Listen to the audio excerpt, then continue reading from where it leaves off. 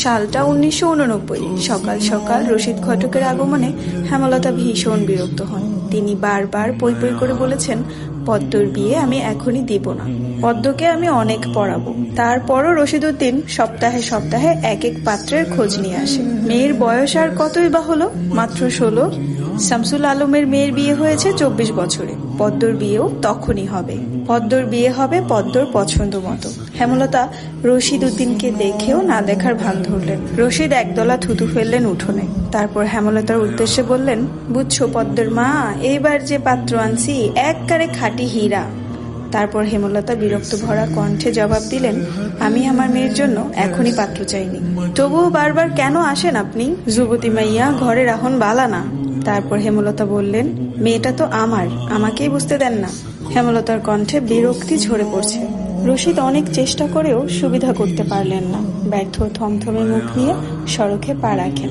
প্রতিদিনই কোনো না কোনো পাত্র এসে হাতে টাকা গুজে দিয়ে বলবে, মোর্শেদের বড় ছেলেটারে চাই।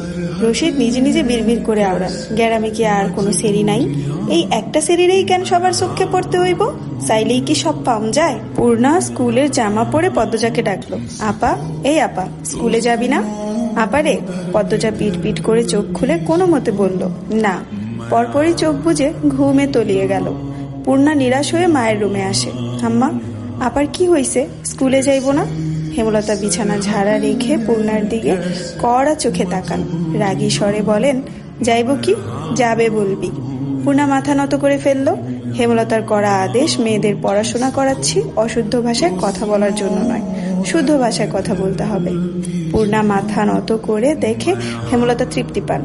তার মেয়েগুলো মন্যতা চিনে খুবই অনুগত। তিনি বিছানা ঝাড়তে ঝাড়তে বলেন, পদ্মের শরীর ভালো না, সারা রাত পেটে ব্যথায় কাঁদছে, থাকুক, ঘুমাক। পূর্ণার কিশোরী মন বুঝে যায় পদ্মজা কিসের ব্যথায় কেঁদেছিল। সে রাতে নানাবাড়ি ছিল বলে জানতো না, ভোরেই চলে এসেছে। নানাবাড়ি হেঁটে যেতে 5 মিনিট লাগে। পূর্ণাকে চুপচাপ দাঁড়িয়ে থাকতে দেখে হেমলতা বলেন, তুই যা, মাথা নিচু করে যাবি, মাথা নিচু করে আসবি। আচ্ছা আম্মা। পূর্ণা রুমে এসে আয়নার সামনে দাঁড়ালো, নিজেকে খুঁটিয়ে খুঁটিয়ে দেখলো। এরপর গত মাসে মেলা থেকে আনা লাল লিপস্টিক গাঢ় করে ঠোঁটে মাখে। 14 বছরের পূর্ণা ইদানিং খুব সাজতে ইচ্ছে করে। হেমলতা সেজেগুজে স্কুলে যাওয়া পছন্দ করেন না বলে পূর্ণা আগে থেকে লিপস্টিক মাখেনি। টিনের দেয়ালে কাঠের ঘড়ির কাঁটায় 10টা বাজলো মাত্র। এখনো পদ্মজা উঠল না। হেমলতা মেয়েদের রুমে ঢুকেন। পদ্মজা 2 হাত ভাঁজ করে ঘুমাচ্ছে। জানালার পর্দা ভেদ করে আসা আলতো পেলব রৌদ্রের স্পর্শে পদ্মজার মিশ্রণ পাতলা ঠোঁট, ফর্সা ত্বক চিকচিক করছে। হেমলতা বিসমিল্লাহ বলে 3 বার ফু দেন মেয়ের শরীরে। গুরুজনরা বলেন, মায়ের নজর লাগে বেশি, নজর কাটাতে বিসমিল্লাহ বলে ফু দিতে হয়। হেমলতার মায়া লাগছে পদ্মজার ঘুম ভাঙাতে, তবুও আদুরে গলায় ডাকলেন, পদ্ম, এই পদ্ম। পদ্মজা চোখ খুলে মাকে দেখে দ্রুত উঠে বসেন। যেদিন ঘুম থেকে উঠতে দেরি হয় সেদিনই হেমলতা ডেকে তুলেন। পদ্মজা অপরাধী কণ্ঠে প্রশ্ন করলো, বেশি দেরি হয়ে গেছে আম্মা? হেমলতা বলেন, সমস্যা নেই, মুখ ধুয়ে খেতে আয়। পদ্মজা দ্রুত কলপারে গিয়ে ব্রাশ করে মুখ ধৌত করে। হেমলতা শিক্ষকের মেয়ে, তাই তার মধ্যে নিয়ম নীতির প্রভাব বেশি। মেয়েদের শক্তপোক্ত নিয়মে রেখে বড় করেছেন। পদ্মজা রান্নাঘরে ঢুকে দেখলো প্লেটে খাবার সাজানো। সে মৃদু হেসে প্লেট নিয়ে টেবিলে গিয়ে বসলো। তখন হেমলতা আসেন। পদ্ম দ্রুত ওড়না দিয়ে মাথা ঢাকে।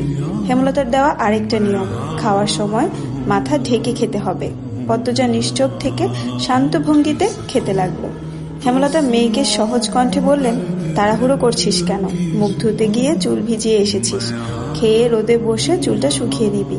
আচ্ছা আম্মা। আম্মা, পূর্ণা প্রেমা আসে নাই? পূর্ণা আসছে, স্কুলে গেছে।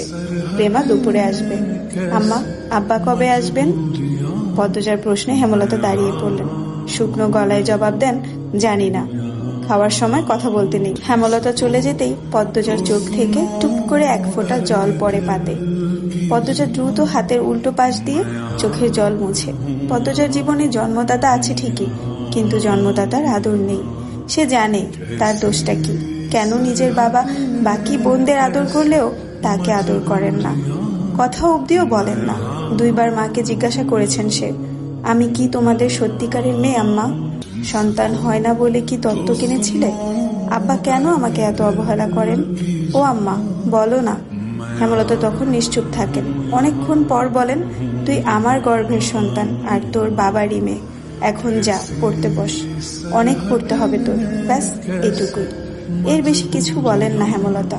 পদ্মজার কেন জানি মনে হয় একদিন হেমলতা নিজ থেকে খুব গোপন কোনো কথা বলবেন, তবে সেটা যেন সহ করার মতো হয়। এই দোয়াই সারাক্ষণ করে সে। এত কি ভাবছিস? তাড়াতাড়ি খেয়ে ওঠ। হেমলতার কথায় পদ্মজার ভাবনার সুতো ছিঁড়ল। দ্রুত খেয়ে ওঠে। আজ আমের আচার বানানোর কথা ছিল। সন্ধ্যা কাটতেই বিদ্যুৎ চলে গেল। কয়েক মাস হলো গ্রামে বিদ্যুৎ এসেছে। 8 গ্রাম মিলিয়ে অলন্দপুর। তাদের গ্রামের নাম আটপাড়া। প্রতিদিন নিয়ম করে সন্ধ্যা রাত থাকে 3 ঘন্টা গ্রাম অন্ধকারে তলিয়ে।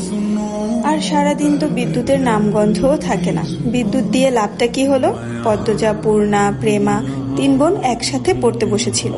বাড়ি অন্ধকার হতেই 9 বছরের প্রেমা খামচে ধরে পদ্মজার ওড়না। পদ্মজা মৃদু স্বরে ডাকলো, আম্মা, আম্মা, আয়, টর্চ নিয়ে আয়, যা। হেমলতার আহ্বানে পদ্মজা উঠে দাঁড়ালো। প্রেমা অন্ধকারে খুব ভয় পায়। পদ্মজার ওড়না ছেড়ে পূর্ণার হাত চেপে ধরে। টর্চ নিয়ে রুমে ঢোকার মুহূর্তেই পদ্মজা গেট খোলার আওয়াজ পেল। উকি দিয়ে হানিফকে দেখে সে দ্রুত রুমে ঢুকে পড়ল। হানিফ পদ্মজার সৎ মামা। বুবু, বাড়ি অন্ধকার কেন? বাত্তি টাত্তি জ্বালাও। হানিফের কণ্ঠ। হানিফ, আসছিস? হেমলতার রুম থেকে বেরিয়ে পড়লেন, হাতে হারিকেন। হানিফ সবকটি দাঁত বের করে হাসলো, বলল, হ, আমি। আয়, ভেতরে আয়। হানিফ বারান্দা পেরিয়ে বড় ঘরে ঢুকে বলল, তোমার সেরিগুলান কইতে? আছে, রুমেই পড়ছে। এই আন্ধারেও পড়ে? হেমলতা কিছু বললেন না। হানিফ এই বাড়িতে আসলে কেন জানি খুব অস্বস্তি হয়, অকারণেই। ওদের খাওয়ার সময় হয়েছে, তুইও খেয়ে নে। এইখানে খামু না? তোমরা সরাইখানাত যাইতে হইব। কথাটায় রসিকতা ছিল। গ্রামে থেকেও হেমলতা খাওয়ার জন্য আলাদা রুম নির্বাচন করেছেন। সেটা হানিফের কাছে রসিকতাই বটে। হেমলতা প্রশ্নের জবাবে সোজাসাপটা না দিয়ে বললেন, খেতে চাইলে খেতে আয়। পদ্মজা কিছুতেই খেতে আসলো না। কেমন জড়সড়ো হয়ে আছে। মনে হচ্ছে হানিফকে ভয় পাচ্ছে বা অবহেলা করছে। হানিফ 6 বছর সৌদিতে ছিল। 3 মাস হলো দেশে ফিরেছে। 3 মাসে যতবার হানিফ এই বাড়িতে পা রেখেছে ততবারই পদ্মজা অজুহাত দেখিয়ে দূরে দূরে থেকেছে। হেমলতার বিচক্ষণ মস্তিষ্ক মুহূর্তে ভেবে নিল অনেক কিছু, তাই জোর করলেন না। আজই এই লুকোচুরির ফয়সালা হবে। হানিফ পদ্মজাকে দেখার জন্য অনেক ছলছাতুরি করলো, কিছুতেই সুযোগ পেল না।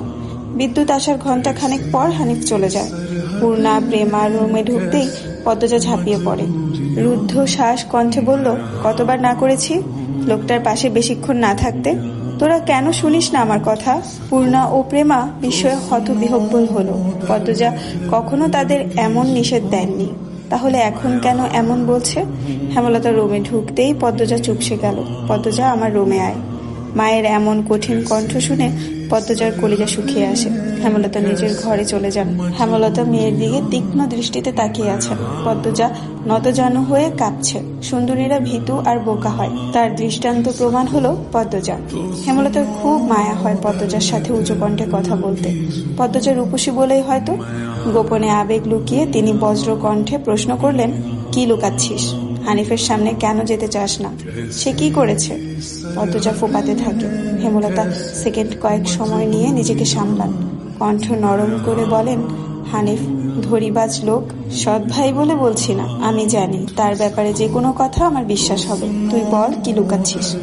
মায়ের আদরে কণ্ঠে পদ্মজা আচমকা বাঁধ ভাঙা নদীর মতো হু হু করে কেঁদে উঠল।